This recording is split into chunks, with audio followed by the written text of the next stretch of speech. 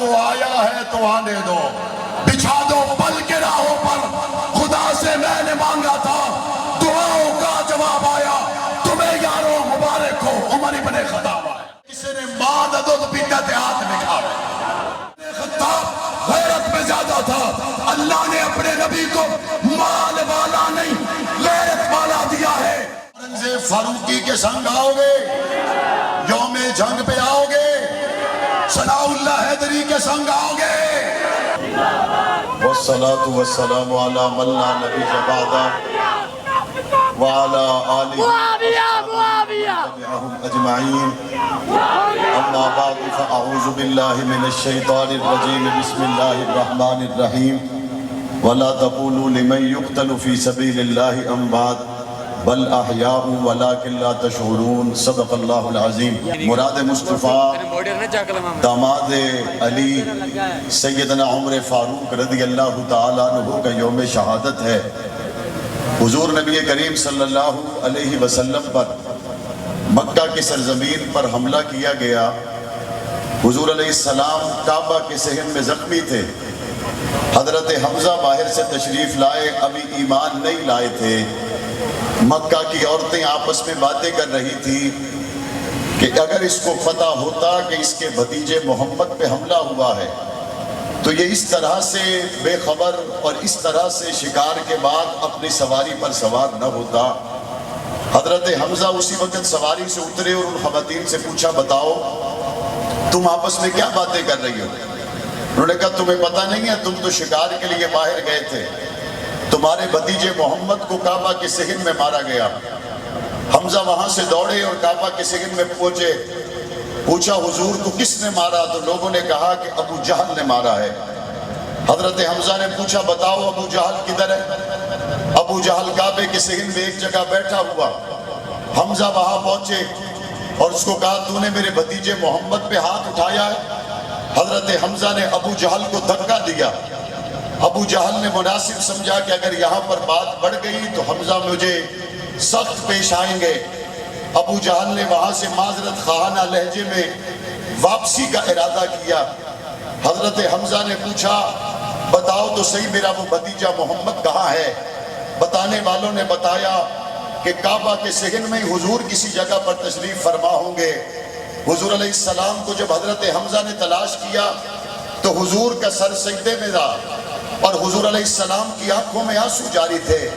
حضرت حمزہ قریب پہنچے اور کہنے لگے اے محمد سر اٹھائیں، آپ کو جس نے تکلیف پہنچائی تھی میں بدلہ لے کے آیا ہوں۔ آپ سر اٹھائیں، آپ کو جس نے زخم دیا تھا میں اس کو زخم دے کے آیا ہوں۔ پاک پیغمبر نے سجدے سے سر اٹھایا اور حضرت حمزہ کو مخاطب کر کے کہا حمزہ تیرے آنے سے مجھے خوشی تو نہیں ہوئی، تیرا بدلہ لینے سے مجھے خوشی تو نہیں ہوئی۔ حمزہ نے کہا میں تو کعبہ کے صحن میں مار کے آیا ہوں، کعبہ کے سردار کو مار کے آیا ہوں، مکہ کے وڈیرے کو مار کے آیا ہوں، آپ کہتے ہیں مجھے خوشی نہیں ہوئی؟ پاک پیغمبر نے فرمایا حمزہ خوشی تو تب ہوگی جس کی ربوبیت کا میں اعلان کرتا ہوں تو بھی اس رب کو رب مان لے۔ خوشی تو تب ہوگی جب تو وہی کلمہ پڑھ جو محمد اپنے امتیوں کو پڑھاتا ہے۔ حضرت حمزہ نے اسی وقت پاک پیغمبر کا کلمہ پڑھ لیا۔ پاک پیغمبر کے زخم ابھی تازہ ہیں، ابو جہل کے دیے گئے زخم ابھی بھرے نہیں ہیں کہ پاک پیغمبر نے کعبے کے لڑ کو پکڑا اور حضور نے وہاں پر دعا کی یا اللہ اسلام کی عزت کے لیے یا عمر ابن حشام دے دے یا عمر ابن خطاب دے دے، یا اللہ یہ آپ کا حبیب دعائیں کر رہا ہے اس عمر ابن حشام کے لیے جس نے ابھی محمد مصطفیٰ کو زخم پہنچائے ہیں، یہ اس عمر ابن حشام کے لیے دعائیں مانگتا ہے جس کے دیے گئے زخم ابھی مندمل نہیں ہوئے۔ پاک پیغمبر کی دوسری زبان پر دوسری دعا کیا ہے؟ آقا نے فرمایا یا اللہ یا عمر ابن خطاب دے دے یا عمر ابن حشام دے دے۔ حضور نے دو مانگے تھے، اللہ نے عمر ابن حشام کو نہیں دیا، اللہ نے عمر ابن خطاب کو دیا۔ وجہ علماء نے لکھی ہے اللہ عمر ابن حشام کو دے دیتا، دے سکتا تھا، عمر ابن حشام مال میں زیادہ تھا، عمر ابن خطاب غیرت میں زیادہ تھا۔ اللہ نے اپنے نبی کو مال والا نہیں غیرت والا دیا ہے، اور آج بھی جس کے پاس عمر ہے اس کو غیرت والا بنایا ہے۔ دار ارقم میں پہنچے، دار ارقم ارقم میں میرے نبی پہنچے تو دوسرے دن صحابہ کہنے لگے یا رسول اللہ آپ کے مرکز دار ارقم کی طرف عمر آ رہا ہے۔ حمزہ نے کہا اگر غلط ارادے سے آئے گا حمزہ کی تلوار کافی ہے فیصلہ کرنے کے لیے، لیکن پاک پیغمبر نے کیا فرمایا؟ فرمایا وہ آیا ہے تو آنے دو، بچھا دو پل کے راہوں پر، خدا سے میں نے مانگا تھا دعاؤں کا جواب آیا، تمہیں یارو مبارک ہو، عمر ابن خطاب آیا۔ حضور نے حضرت عمر کے گلے میں ڈالے ہوئے کپڑے کو کھینچ کر پوچھا عمر کلمہ پڑھنے کا ٹائم نہیں آیا؟ عمر نے کلمہ پڑھا، ابھی کلمہ پڑھ کر وہی موجود ہیں، دیکھا کہ صحابہ منتشر ہونا شروع ہوئے، پوچھا یا رسول اللہ کیا ہونے والا ہے؟ حضور نے بتایا نماز کی تیاری کرنے لگے، رب کی عبادت کرنے لگے۔ عمر نے جواب میں کہا یا رسول اللہ رب کی بات رب کے گھر میں کیوں نہ ہو؟ حضور نے جواب میں ارشاد فرمایا عمر تیری قوم کے لوگ وہاں عبادت نہیں کرنے دیتے۔ عمر نے جواب میں کہا یا رسول اللہ جو ہو گئی سو ہو گئی، اب نماز ہوگی رب کی تو رب کے گھر میں ہوگی، اب بیت اللہ میں اللہ کی عبادت ہوگی۔ علماء نے لکھا ہے اس وقت تک 40 صحابہ مسلمان ہوئے تھے، 2 قطاریں بن گئی صحابہ کی، ایک قطار کے آگے برہنہ تلوار لے کر حضرت حمزہ جا رہے تھے اور دوسری قطار کے آگے تلوار لے کر عمر ابن خطاب جا رہے تھے اور درمیان میں آقا تھے، اور عمر کہتے تھے کسی نے ماں دد بیٹا ہاتھ لکھا ہے۔ یہ کعبے کا در کھلوانے جا رہے ہیں، حضور کے ایک طرف حمزہ ایک طرف عمر ابن خطاب ہیں۔ ایسا بھی تو ہو سکتا تھا کہ ایک طرف ابو بکر ہوتے ایک طرف عمر ہوتے، لیکن میں نے دوسرا منظر دیکھا جب حضور مدینہ میں داخل ہوئے، ایک طرف حضرت علی ہیں اور ایک طرف ابو بکر ہیں۔ پاک پیغمبر نے ساتھ حمزہ کو کھڑا کر کے بتا دیا حمزہ سے محبت کرنے والوں عمر کو میلی نظر سے نہ دیکھنا، اور مدینے میں علی کو ساتھ چلا کر ابو بکر کو چلا کر بتا دیا علی سے محبت کرنے والوں عمر کو میلی نظر سے نہ دیکھنا۔ ہمیں صحابہ سے بھی محبت ہے، اہل بیت سے بھی محبت ہے۔ نماز فجر میں حضور کے مصلی کے وارث حضرت عمر فاروق رضی اللہ تعالی عنہ پر دوران نماز ابو لولو مجوسی نے حملہ کیا۔ لوگ کہتے ہیں مسجدوں میں دہشت گردی، عبادت گاہوں میں دہشت گردی، عبادت گاہوں مسجدوں میں دہشت گردی کی بنیاد عمر فاروق کے قاتل نے رکھی ہے۔ حضرت عمر فاروق ذی الحجہ کے آخر میں زخمی ہوئے اور 3-4 دن زخمی رہنے کے بعد یکم محرم الحرام حضرت عمر فاروق کا یوم شہادت، اور پیغام بھیجا اپنی زندگی میں حضرت عائشہ کو کہ پوچھاؤ میں حضور اور ابو بکر کے ساتھ دفن ہونا چاہتا ہوں۔ حضرت عائشہ نے اجازت دی، لیکن اس کے بعد پھر کہا اپنے بیٹے سے کہا ہو سکتا ہے میں امیر المومنین تھا، اماں نے اجازت دی ہو جب میری روح نکل جائے تو میری چارپائی روضے کے قریب لے جانا اور وہاں دوبارہ اجازت طلب کرنا۔ آپ نے دیکھا 4 بھائی ہوں، ماں اپنا حصہ رکھ لیتی ہے کہ چھوٹا بیٹا جب تک کھیل کے نہیں آتا وہ کھا لے میری خیر ہے۔ اماں عائشہ نے وہ جگہ اپنے لیے رکھی تھی، لیکن کہا جب عمر کا پیغام آیا تو ماں نے اپنی جگہ عمر فاروق پر قربان کر۔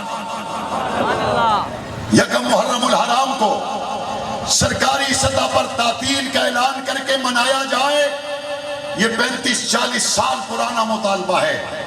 خیبر پختونخوا حکومت کو اور گلگت بلتستان کے وہ علاقے جہاں یکم محرم الحرام کو سرکاری سطح پر منانے کا اعلان کیا گیا، ہم ان کو اچھی نظر سے دیکھتے ہیں۔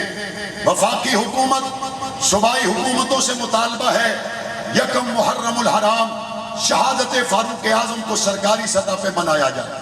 ہاتھ کھڑا کر کے بتا، بنانا چاہیے نہیں بنانا چاہیے؟ قائد اہل سنت علامہ محمد احمد لدھیانوی کی قیادت میں کراچی سے کشمیر تک آج لاکھوں کی تعداد میں اہل سنت پرامن انداز میں یہ مطالبہ دہرانے کے لیے نکلے، لیکن افسوس شکارپور سندھ کے علاقہ میں ہمارے پرامن مطالباتی ریلی کے شرکاء کو گرفتار کیا گیا۔ ہم اس کی مذمت کرتے ہیں اور ہمارا حکومت سندھ پر احتجاج ہے کہ یکم محرم الحرام کو غریباً 40 سال سے نکلنے والے ان مطالباتی جلوسوں کے درمیان میں آپ نے رکاوٹیں ڈال کر ثابت کر دیا کہ آپ ملک میں انتشار چاہتے ہیں۔ آخر میں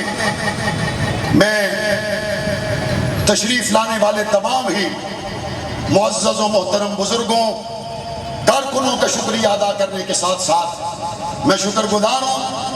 آپ پچھلی دفعہ 22 جمادی الثانی کے جلوس میں جو احباب تشریف لائے تھے، ذرا ہاتھ کھڑا کریں۔ 22 جمادی الثانی کے جلوس میں آپ آئے تھے، آپ کے مبارک قدم لگے اور بکھر روڈ کا افتتاح ہوا تھا۔ میں نے ضلع انتظامیہ سے کہا یکم محرم الحرام حضرت عمر فاروق کا یوم شہادت ہے، روڈ تیار کر دو، اس پر عمر کے غلام قدم لگا کر افتتاح کریں۔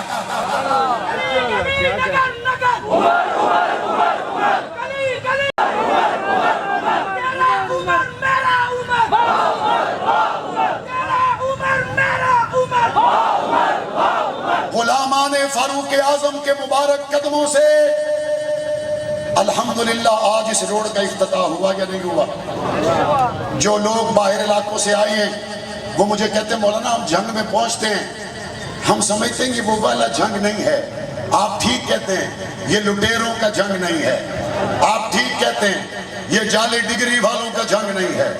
آپ ٹھیک کہتے ہیں، یہ غدار وطن کا جنگ نہیں ہے۔ یہ ہمارے اداروں کو کرچی کرچی کی دھمکی دینے والوں کا جنگ نہیں ہے۔ یہ جنگ صحابہ کے غلاموں کا ہے، حق نواز کے جیالوں کا ہے، اعظم تارک کے جیالوں کا ہے، اسحاق القاسمی کے جیالوں کا ہے، اور انشاءاللہ ایوانوں میں غلامان صدیق اکبر پہنچیں گے انشاءاللہ۔ جب تک سورج چاند رہے گا۔ بروز جمعہ کون سی تاریخ؟ بلند آواز سے، بروز جمعہ ہم نے حضرات قائدین کی مشاورت سے یوم جنگ منانے کا اعلان کیا ہے۔ یوم جنگ میں آؤ گے؟ صحابہ کے سنگ آؤ گے؟ یوم جنگ پہ آؤ گے؟ احمد لدھیانوی کے سنگ آؤ گے؟ یوم جنگ پہ آؤ گے؟ اورنگزیب فاروقی کے سنگ آؤ گے؟ یوم جنگ پہ آؤ گے؟ ثناء اللہ حیدری کے سنگ آؤ گے؟ اور انشاءاللہ اس دن ہم وال آف ختم نبوت کا افتتاح کریں گے، حسین ابن علی ہاسپٹل کا افتتاح کریں گے، اور آج قائد اہل سنت نے علی المرتضیٰ چوک کا سنگ بنیاد رکھا۔ انشاءاللہ آپ کو یوم جنگ پر وہیں ملیں گے۔ تیاریاں جاری رکھیں۔ اللہ ہم سب کا حافظ ناصر۔